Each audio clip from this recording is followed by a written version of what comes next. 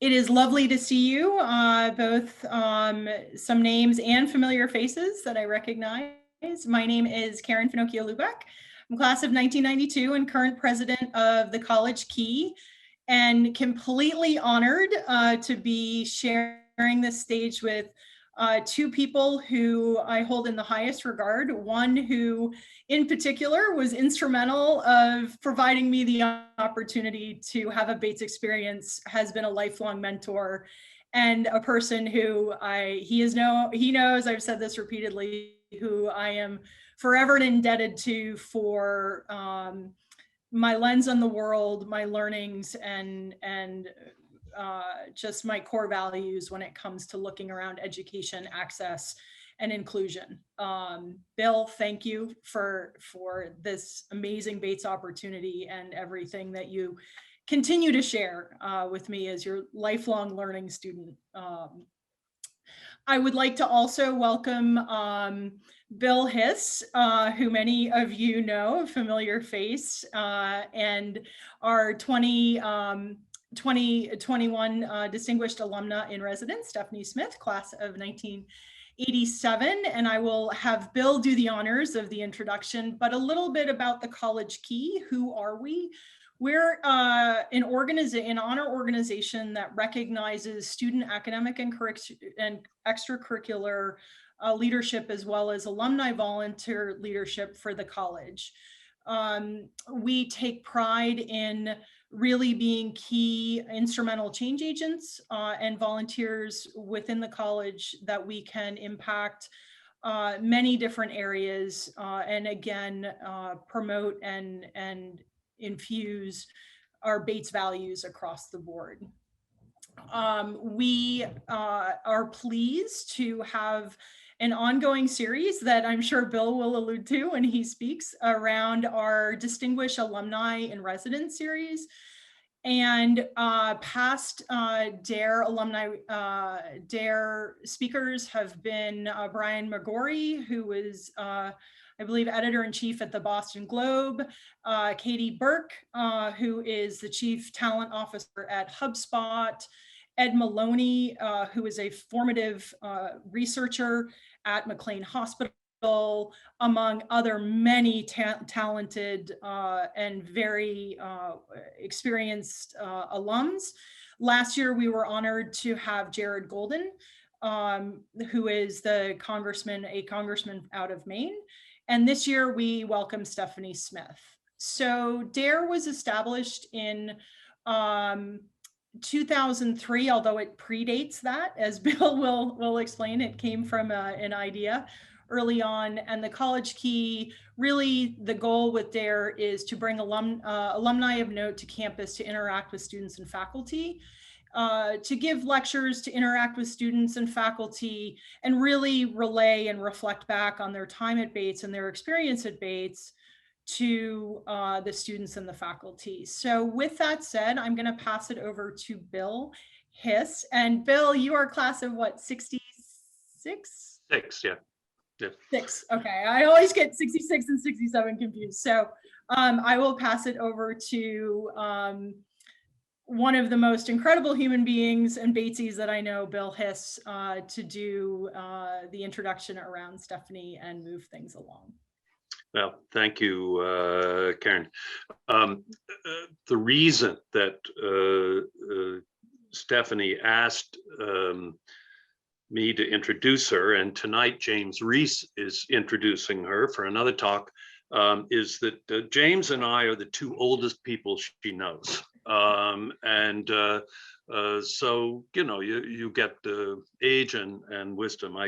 When I was teaching first-year seminars at Bates, I would, in Asian studies, I would say to my students, in their first-year seminars, they all just got there, and they'd be talking about being a first year, and I would say, well, I was a first year too, once a while ago in 1962. You do the math. They would get a horrified look on their face. Obviously, they were thinking, this guy is almost 100. I hope he doesn't die while we're right here in the room.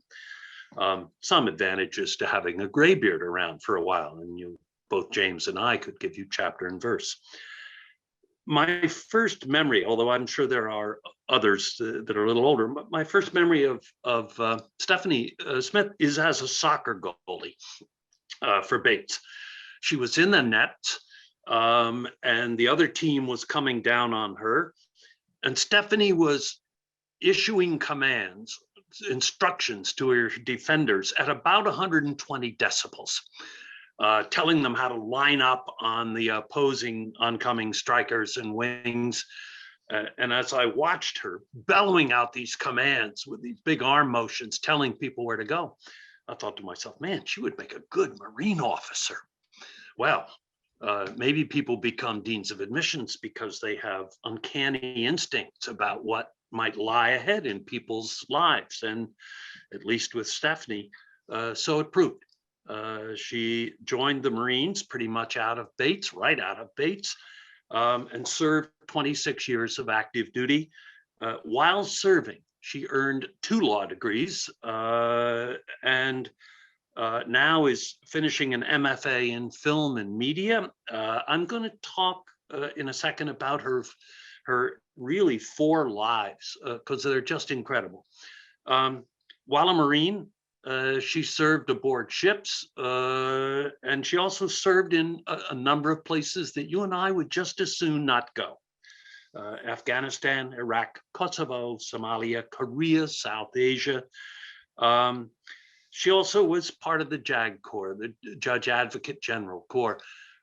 Those are the Marine Corps' internal lawyers, and they are, by definition, required to do some of the more complicated and difficult spots, duties of a Marine officer. They deal with, either as prosecutors or sometimes defense lawyers, with Marines who have made a mistake or screwed up or perhaps done something on conscience that now they're being hauled into the internal courts for. My Bates roommate, dear Bill Tucker, flunked out of Bates twice and was for 4 years an MP in Korea in the Army.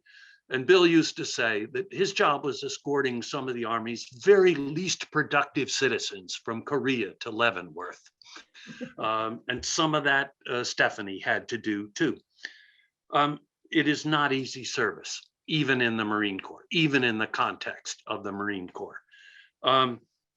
She commanded a training battalion, and then she was brought to the Pentagon to try and help the Pentagon with the efforts to increase women and people of color in the Marine Corps.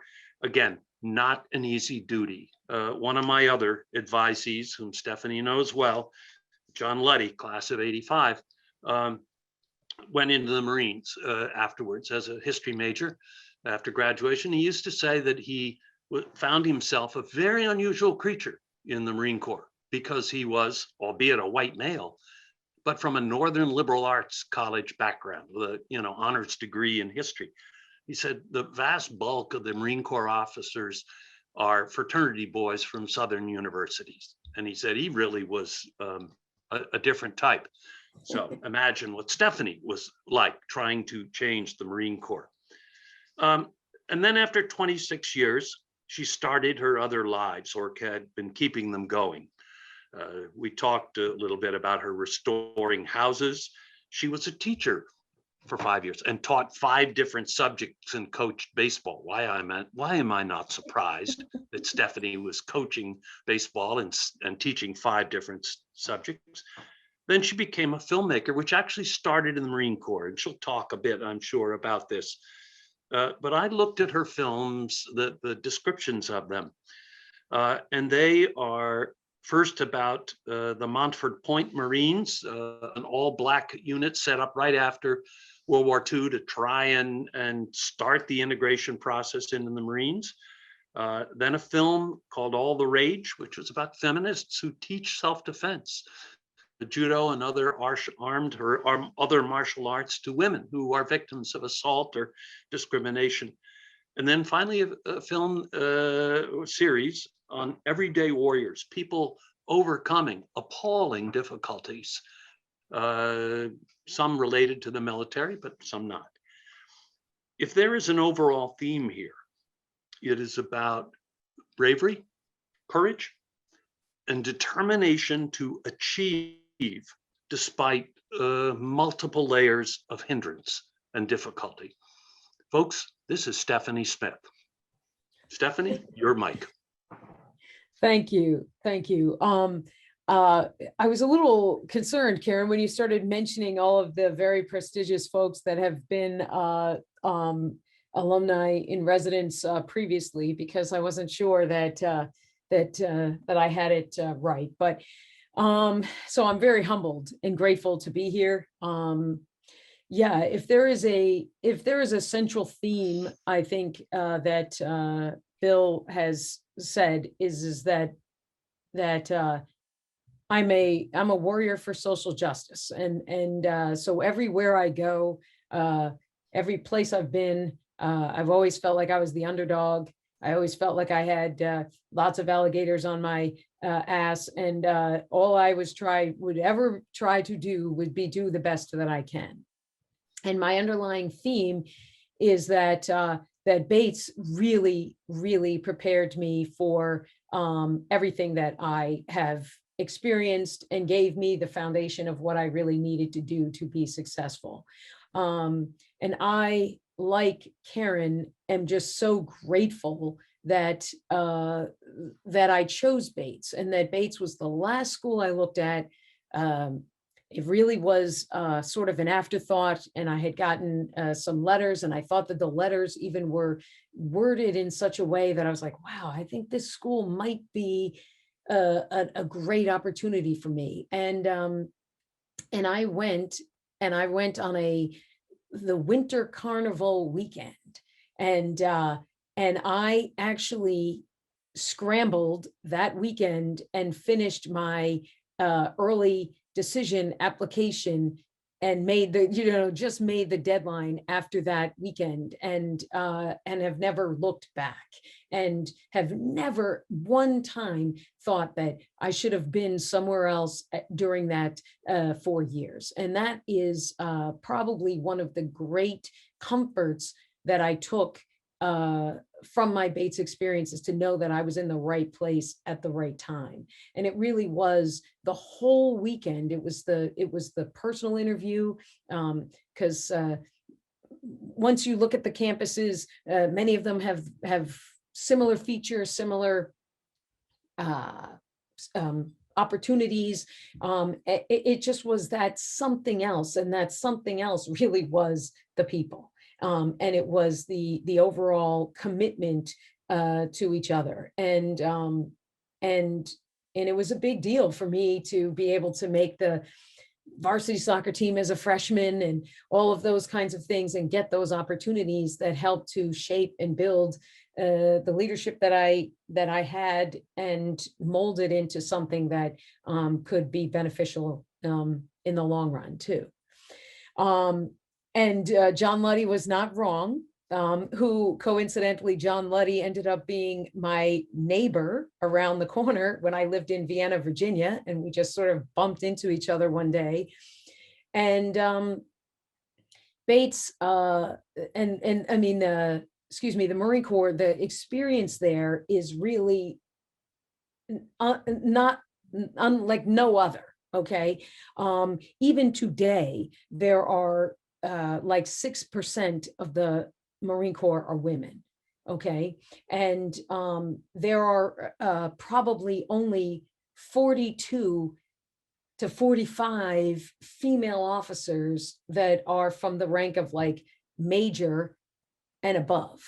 And so that the pointy end of the spear, the true few and the proud really are women. And then you'd say, like, what could possibly, make somebody want to stay in that kind of an environment? I mean, it is absolutely true that 78.3% of the males are white males, primarily from 8 states in the South. And they do not have the regard or the respect for what does a private liberal arts education bring to the table. Until they come into the buzzsaw known as Stephanie Smith, right? Because to say that I was the proverbial turd in the punch bowl for my entire career would be an understatement. Okay. Every time you move to someplace new, everyone would be like, who's this? Who are you? And then after a while, and that is a good long while, your reputation precedes yourself. And so then they're like, I know who you are. We know that you're a force to be reckoned with. And now we're going to, put you in there. But in the beginning, you get like, you're a female. You're a lawyer. Oh, that's horrible. That was almost being worse. And then when they find out that you're Black, then they're like, good Lord, help us. What are we going to do with this person? Okay. And then they have to figure out, what's going to go on and how's this going to work. And then slowly but surely, as I always say to them, don't fret, to know me is to love me. And I made it my business to one, study them better than they knew themselves, so that I would get them at their own games. And two, I would often have to learn to be the only female in the room, the only African-American in the room. And that was my claim to fame, is to have survived all of that to make it to the 06 rank. And there's no question that if my name was Stephen instead of Stephanie, I would have at least have been retired as a 2-star general. And that is not to say, to be bragging. It is to say that that is the reality of the situation. The reality of the situation is that I chose to stay for 27 years in a completely male-dominated organization, that I learned to survive and accept the rules of the road and shuck and jive and maneuver and do quite well. And now it has afforded me the opportunity to be able to give back. So I taught high school in Baltimore for 5 years, and really made a huge difference in the lives of kids who still reach out to me all the time. And got when I had gotten my first cadet into the Naval Academy, I was like, oh, it's not going to get any better than that. That's as good as it gets for a school that it was the least performing school in the county. And it was, a school that is literally half of one side of the street is Baltimore City, half of the other side of the street is this Baltimore County, but it's all Baltimore City, basically, schools. And it was an extremely challenging experience that I learned a tremendous amount about. And so I guess my first point is everything that Bill said is true.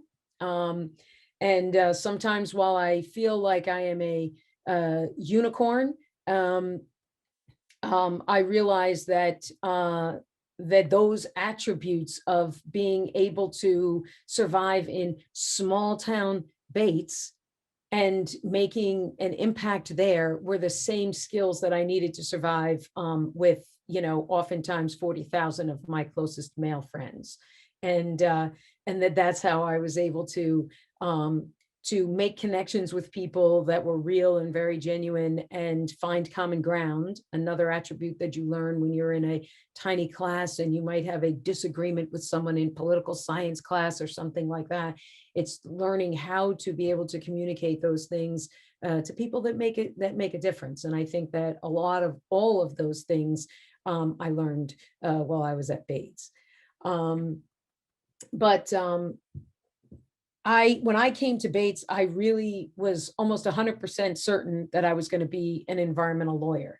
And then when I actually got into law school and I started taking environmental law classes, I decided that I really did not want to let the piping plover and a tortoise or something like that to dictate and rule my life. And so I decided that that was out.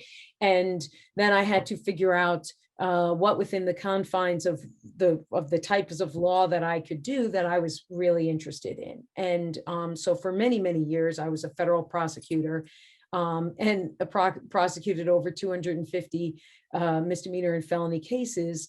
And that was just something that I needed to do to check the box so that then I could decide on what kind of law I really wanted to do. So that was like almost like a requirement for every new officer is that you do a little bit of times of wills and divorces and powers of attorneys, and then you move into the courtroom. And then when you're successful, and if you're successful in the courtroom, they let you choose a specialty in law. And I chose international law. So, so that was a lot of fun. I had some great jobs like getting people out of jail in foreign countries. I can tell you how much a window costs in almost every country in Asia. What are their protocols for when incidents occur, because there's a lot of cultural and social norms that differ depending on what country that you're in. In Korea, if you're not shouting, if you're not yelling, and you're not making a big scene, you're not advocating for your client. So a lot of people will mistake that drama with sort of losing control, but it's actually a requirement. It's almost like a necessary requirement. And in Thailand, if you raise your voice, it's all over. So it's been very, very interesting to learn the cultural norms in so many different countries. The Australians, Thailand, Singapore, Malaysia, all these different countries, each of them have, of course, just not just different laws, but they also have different cultural norms that I was able to benefit from learning all about. So, those were some of the challenges. But the thing that I wanted to talk about is and I'll share my screen, and wait a minute. I think, just let me know if I have that. Can everybody see the? Yes. Okay. Perfect. Thank you. So again, it's just my honor to be here, but when they asked me to try and come up with some thoughts for students, it's just my pleasure to be able to talk about this one kind of focus, but it's literally something that has saved me so many times. And that is, if I can move my thing. So you start out at the bottom, like everybody else. You start out at the bottom. You literally start out, you're Snuffy Smith.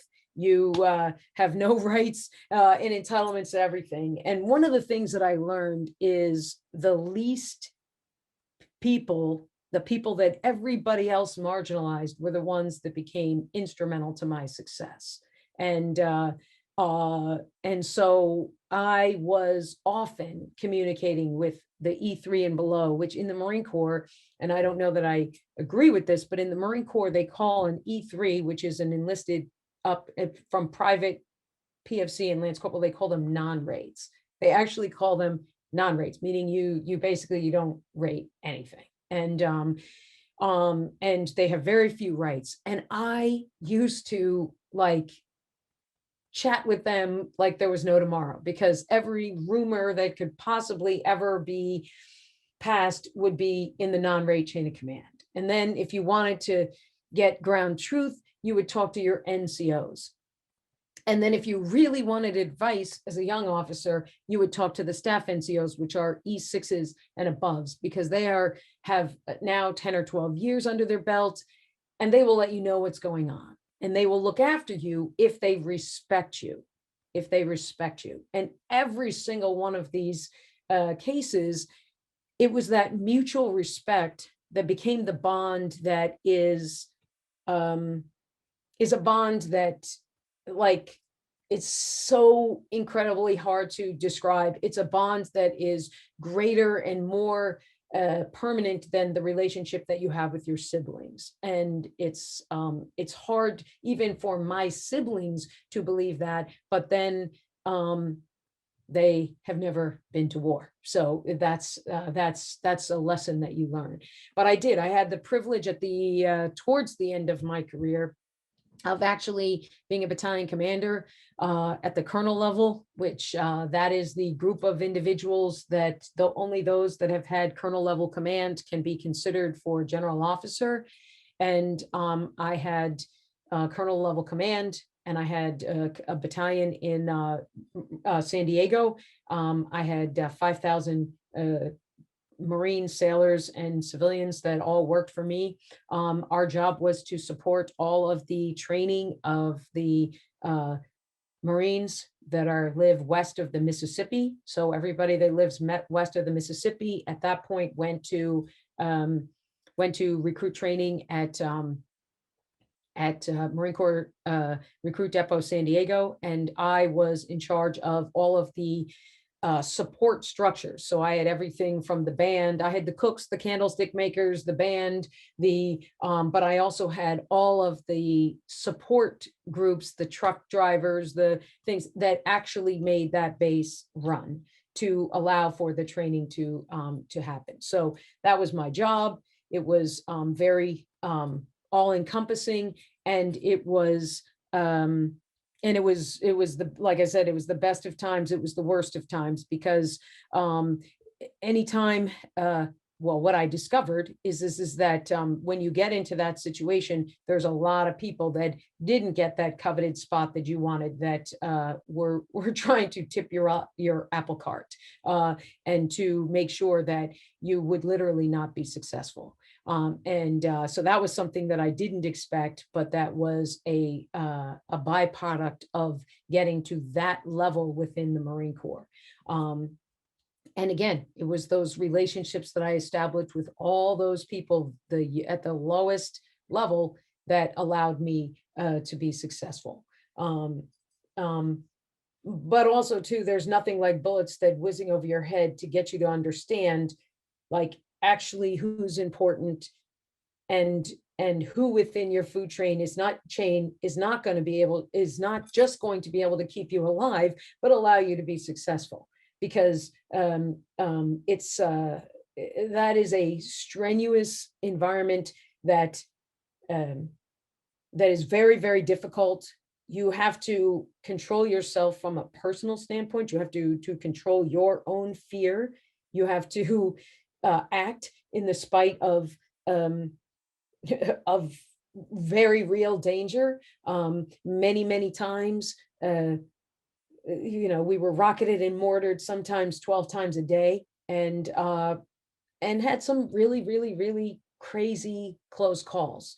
But through it all, you meet people that become your friends for life. And I have found that they came in all kinds of different shapes and sizes, and that made all the difference in the world. And I think that the Marine Corps was just an exaggerated example of what exists in Fortune 500 companies, which exists in, every kind of work place that there is. If I was a civilian lawyer, it would have eventually happened when I got close to the partnership track at a law firm, things like that. I have been blessed to have 8 sisters and 2 brothers, many of which are highly successful, and I have seen them challenged in very similar ways, albeit different cultural dynamics, but very similar ways.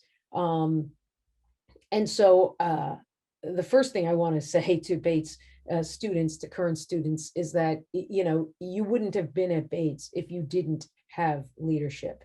I am one of those people that believe that you either have it or you don't. And before you get to the soccer field or the lacrosse field or whatever, if you have leadership, that because you had the self-discipline to study when other people weren't. You had the self-discipline to volunteer and do those things that make you stand out in your records, so that we know that the Bates students, one of the things that we can really, really count on is the fact that they have leadership, they have self-determination, that they have motivation, initiative, judgment, and all those things that make up the components of leadership that are hugely important. So we know that Bates students have that. And that's a really, really exciting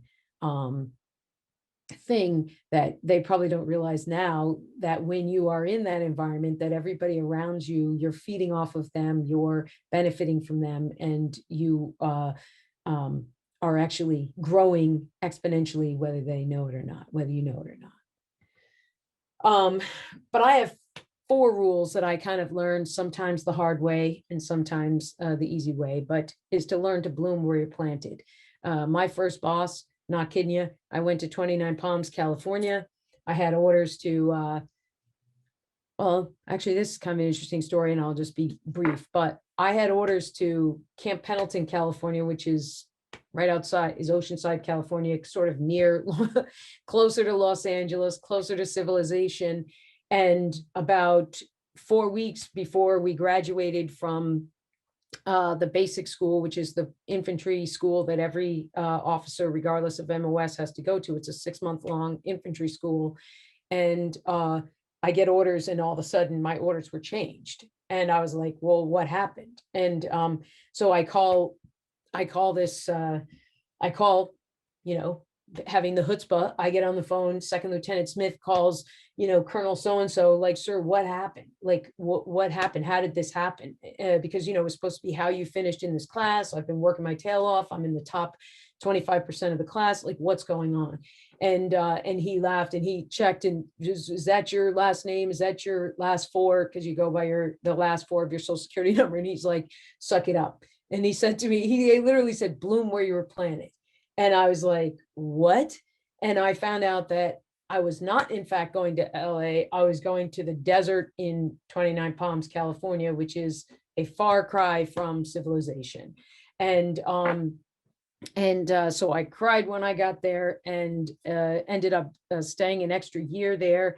And because they offered me a company level command, which was absolutely unheard of for a female to have that. There were 6, and I'm not kidding you, 6 females, Marines, including I think 3 officers on that whole base.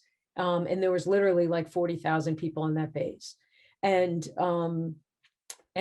so ended up doing really, really well there and set the tone. But when I checked into that base, my boss said, you look like you're 12.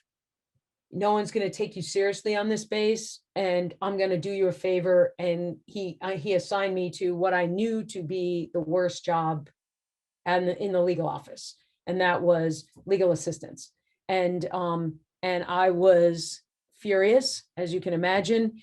And in the end of the day, because of a whole lot of just almost unbelievable things, they would call me, then Colonel Mattis, then later Secretary of Defense Mattis, Mad Dog Mattis, okay, was actually a regimental commander at RCT 7 when I was working in the legal office.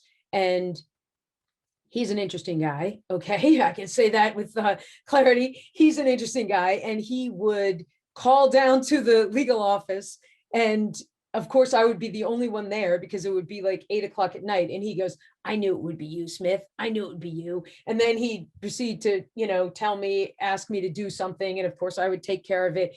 And by the end of my 4 years, he gave a parking space for me in front of his building. He said it was the Captain Smith parking space. And because he kind of was a crazy guy who had a lot of very draconian legal things that he wanted done. He would, Marines that would do things wrong, he would have me prosecute them to the hilt, and then he would suspend the complete sentences and basically have them come work for him. And I was like, sir, like, why do we just go through all of that? And he's like, nothing like needs loyalty like somebody having something hanging over their heads. So he would suspend all of their sentences and but not vacate them, not give them completely their lives back, but have it hanging over their heads. So that that's what he would do. And I was the vehicle with which he would do that. So just a whole state of affairs. And when, needless to say, when he and the regimental commander thought I was the greatest thing since sliced bananas, after that, it was a much easier thing. And I was actually allowed company level command for my last 6 months that I was there. So Bloom where you're planted was my first flat out rule. I kind of learned the hard way. But then within dealing with people, learning to focus on their strengths and not their weaknesses.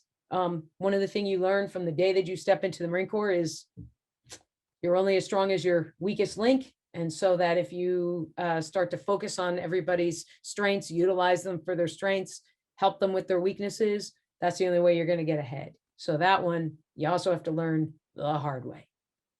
But the biggest thing I learned is never, even in jest, make fun of another person, because you literally never know when you're going to need them to save your life, your career, vouch for you. And sometimes even in jest, somebody can insult somebody and go to an area that makes them super sensitive, and they could harbor some resentment for that. And so I actually had like a, hey, no packing on anybody, no joking around, like, just funny things happen. You could laugh, but we really had like that flat out rule.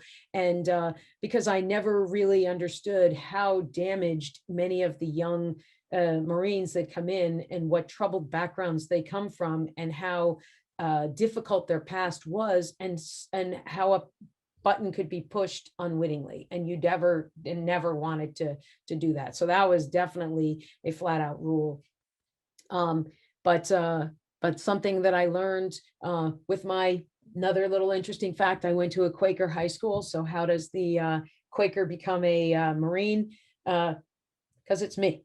But remain tolerant and accepting of others. And in my Quaker education, that was mind the light.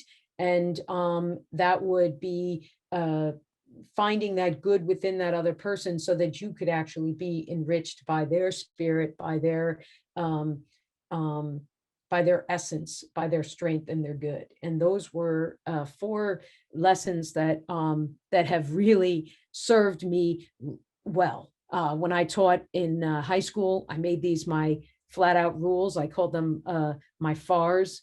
I call them flat ass rules, but for here I made it flat out rules.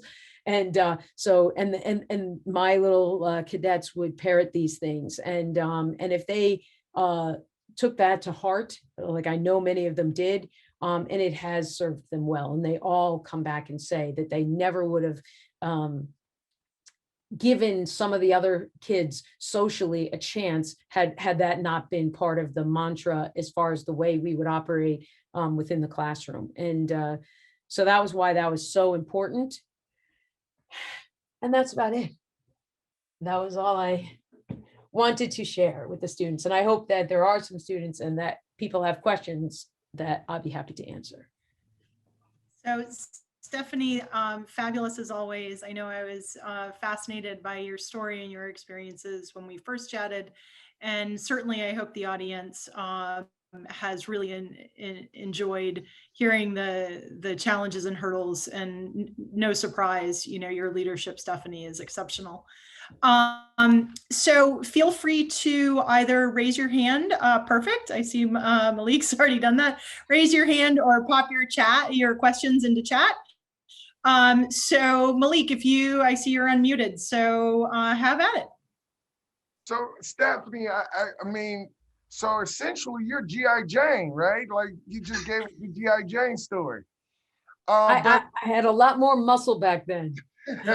No, but in all jokes aside, I know Bates giving you the confidence to go into the Corps, but with all of the struggle, what gave you, was it your grit factor that made you stick it through? Yeah.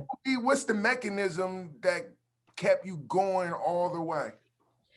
All right, Malik, you might be able to relate to this. Sometimes you put yourself in a situation, right, where where you look around and you say, like, first of all, like, you have impediments, right? There's people that are definitely gunning for you, right? You know, I'm not telling you anything you don't already know, right? You know, some people just, you can just feel it when you start to interact with them, that you know that they're not appreciating you for anything that you could possibly bring for the to the table.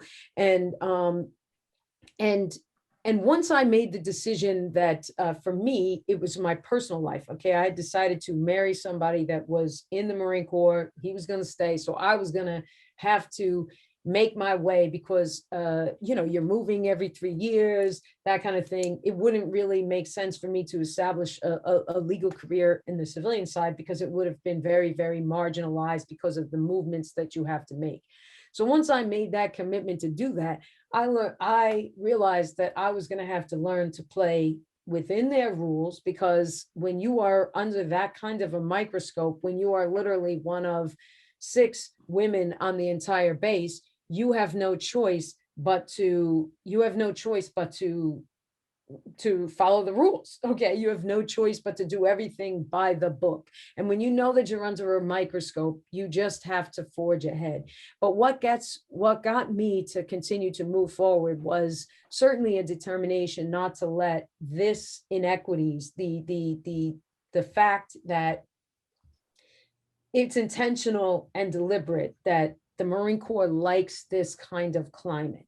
Okay, they like it that way. And what's important about that is it's not what's best for the American people, right? So what's important to understand is, the reason why everybody needs to understand is because if you have a Marine Corps that only represents primarily men in 8 states in the South, okay, you are not have a national strategy that goes along with your national security strategy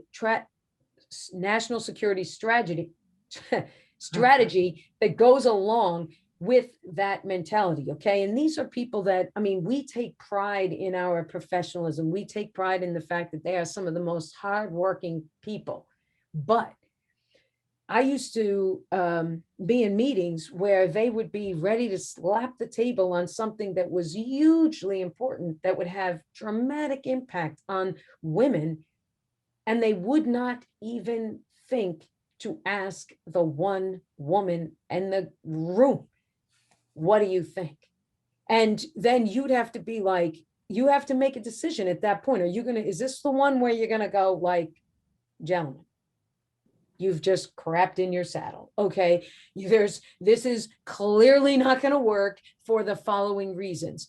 And you have to have, you know, like, be paying attention to what's going on, know the social dynamics of the people in the room, know what you're going to be able to get away with, what you're not going to be able to get away with, and then make a decision that you're going to go for it. And so part of what it is knowing that if you look around and there's nobody else like you, and you give up and you say, oh, forget it, then you really are setting up the American people for problems. And I mean, you know, like when I was doing operational law, and I am like setting up post conflict reconstruction of the judiciary in Kosovo, and you don't have anybody that is truly an expert in that field, and you make your, you know, you have to make decisions about what you're going to do with everything from, you know, mentally ill folks that have been let out of the asylum when the bombing started, and rounding them up, and what you're going to do with them, and what you're going to do about this, and what you're going to do about that. These are really, really hard problems that need answers to do. So some of the work is just incredibly rewarding, but that isolation, that being the only one, those things are just, those are frustrating, man. That is not a good thing. It is not a good position to be in. Many times it's lonely, but not wanting them to win probably was my biggest motivation, and wanting to make a difference was probably what motivated me to stay, when it would have been easy for me to leave. It really would have been easy for me to leave. I had jobs lined up. I had, you know, people offering me jobs everywhere, but that's what prompted the question. I think for being as decorated as you are and as well traveled, and then add to you being a woman of color, you could almost have picked your job. Oh, yeah. And so I was just curious to what was that? You told me not wanting them to win, but to go through it, knowing that you don't have to go through it. I just wanted some insight on that. Thank you, Steph. I really appreciated the talk. Yeah, thank you. Yeah, the other thing is too, there's a lot of good times. I mean, there is a lot of good times too. I mean, there's nothing like seeing the pyramids in Egypt, Victoria Falls in Australia, and lots of really, really getting to see the world and travel the world when no one's shooting at you, when it's really nice. So they always toss you a bone every time they think you might be close to the edge. And usually after you do a tour in the Pentagon, they give you they give you your first choice of whatever you want to do. And after that. And so, and I was able to get those like bones twice. So that was pretty good. Steph, I have a question. And I think that, if you could impart some wisdom to the current students, finding the good in the other person. Certainly with all the social noise, the digital noise, certainly today's environment and how volatile and it can be and is. What are some of the strategies that you might recommend to the students now to think about, as they're learning and as they're in this formative stage? What are some of the strategies that you would share with the current students on how to navigate that? Because that can be really hard. I know I've been challenged with it personally myself, and so I think that I wish I had learned some of that earlier. And so, what advice might you give the current students? Well, the first piece of advice is say nothing in writing or in person, okay, until you have really had a chance to think it through. Because listen, I'm not even going to lie. I grew up in New York, and there was a lot of I used to see kids those poor kids, they had to eat their lunch in the teacher's lounge, and they never got to, use the bathroom during the day. I mean, that's a tough environment where, where people can be vicious. And I was always the one that would stick up for those kids that were getting bullied and things like that, and stop people from doing that. And I could get away with it because I had a tribe behind me. I have an identical twin sister who was usually in one classroom down the hall, and then somebody in every grade all the way through.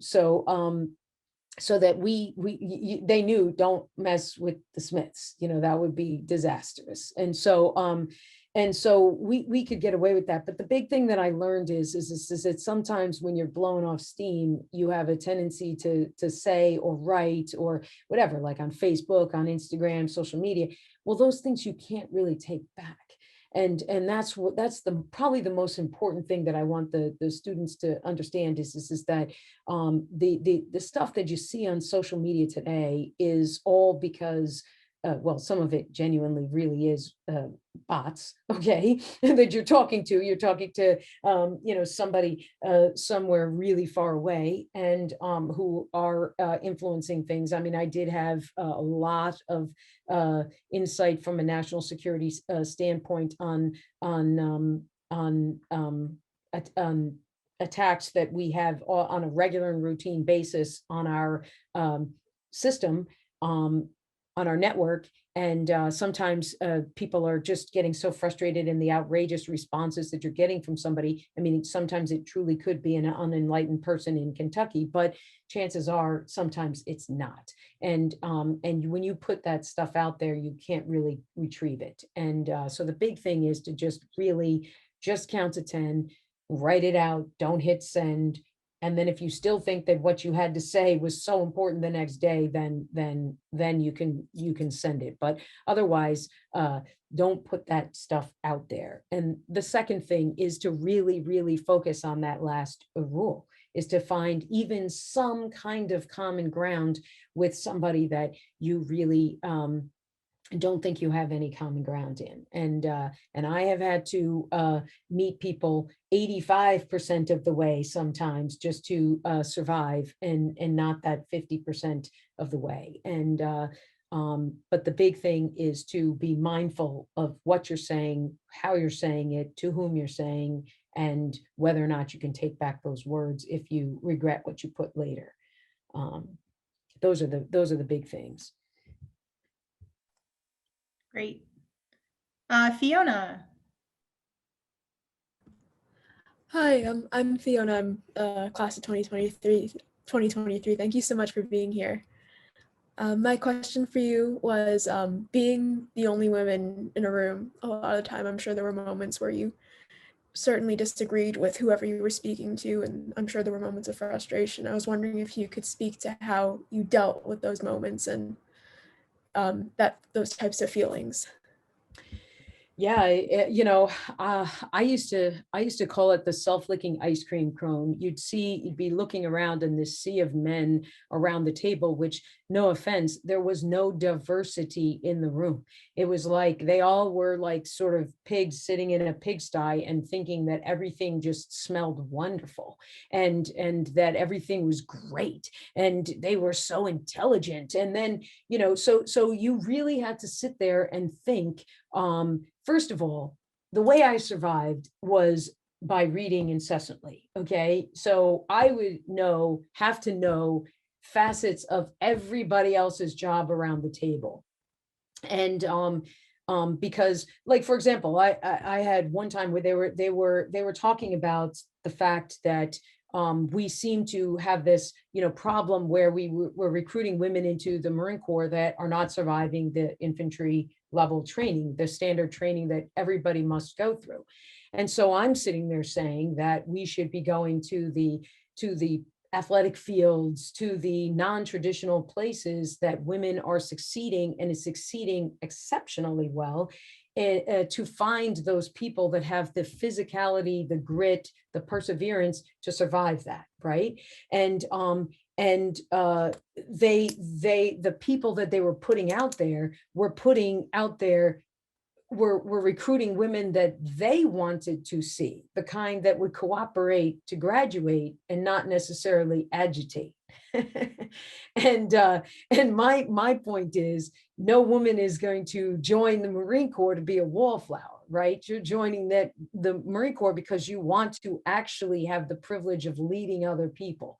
And with that privilege comes a tremendous amount of responsibility, and it comes with personal fitness, initiative, judgment. You're constantly working on things to better yourself. And so are those situations frustrating? Sometimes I would pull key people aside and try to get them to see things differently. And sometimes it means they get the glory, right? Because you're working behind the scenes to influence them, but then they get to step up with the bright idea. Well, as long as it does something that helps us all, like, meaning it's something that helps women in general, or subclass of women in general, that I didn't mind letting them take that lead. And then sometimes you just have to be like, excuse me, hate to say it, sir, but that's not going to work. And then everybody looks around, and there's this like, and then you have to explain. And you better be able to do it in 30 seconds or less, right? And then once you do, then they learn to realize that you're a valuable person at the table. And so you have to pick those moments where you can be imminently successful, have the courage and the audacity to, excuse me, get their attention, and then make sure you got all your ducks in a line and hit it out of the park. And if you do that once or twice, you're golden. Great. And we have time for one more question. Anna, if you want to jump in. Hi, I'm Anna. I'm a junior. Thank you so much, Stephanie, for taking the time to come and share your story. I just had a quick question that I bet you get asked all the time, but I guess why the Marine Corps? Like, when you were growing up, was that always in the back of your mind, family, or was there a time at Bates that encouraged you? I think that's really interesting. No, it really, I had no intention of going into the Marine Corps. And interestingly enough, on the athletic fields that Bill was talking about previously, we had this one officer selection officer that used to show up, like literally from my freshman year. This guy would show up and he was, and like everybody else was like ignoring him, like completely ignoring him and just like, oh my God, get away from me. And he would show up, he was always impeccably dressed, you know, in that Marine Corps uniform. And he would just come up and, you know, I often, you know, particularly in lacrosse, I was the leading scorer. And so he would come up after me I'm up after the games to chat with me. And I just was, it started out with me just being polite, like not being rude to him. And then I was literally, I had a tryout in between my junior and my senior year. I had a tryout. I was going to try out with the World Cup team. And I knew that the way the politics were and how things were going to go, I was in like tremendous shape, but I knew that I was going to get strung along, and they had some really incredible workouts. You had to run miles under 5 minutes. You had to do all these things. And I knew I was going to get strung along and I wasn't going to make the top 16. So I was and I was going to do Outward Bound that summer. I had begged my parents for to go to Outward Bound, and then it came time to pay for Outward Bound, and my mother was like, "Oh, I thought you were going to get money to do Outward Bound, like it was one of those like trail improvement kind of places, things where you worked all summer and toiled away, but you didn't get paid. You just had the experience." And then she was like, and I was like, "I need $1,900 or whatever it was," and she was like, "Oh no, forget it. You're not getting that. We don't have it." And I was mad. Okay, so I said to this guy, you know, the timing just happened to be that this guy was there. I was like, "Tell me what I have to do again for this Outward Bound like experience." And swear to God, no good reason, every good reason. And I said to the guy, I said, all I had to do was sign up for 6 months, 6 weeks out of the 10 weeks. And then I could quit after that if I wanted to. And I was like, you know what? I'd like to see if I'm tough enough to do this. And boy, was that a short-sighted, you know, mentality, but it worked out. After about the first 3 weeks, I really grew to love the experience and the challenge of the physicality of it, and the leadership challenge of it, the history, the traditions, the code of ethos, the honor, courage, and commitment that we live by. I mean, honestly, there's a lot about it that's very, very, very infectious, and that's why I stayed with it. Awesome. Thank you so much.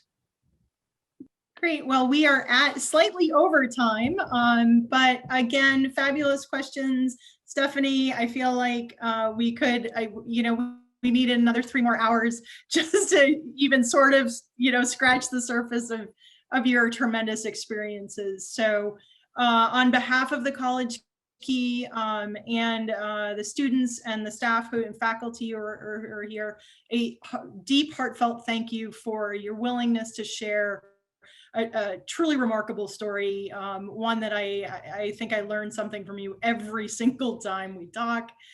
And another tremendous shout out for Bill Hiss, who I am, for, as I've said before, forever indebted for you, my friend, on so many levels.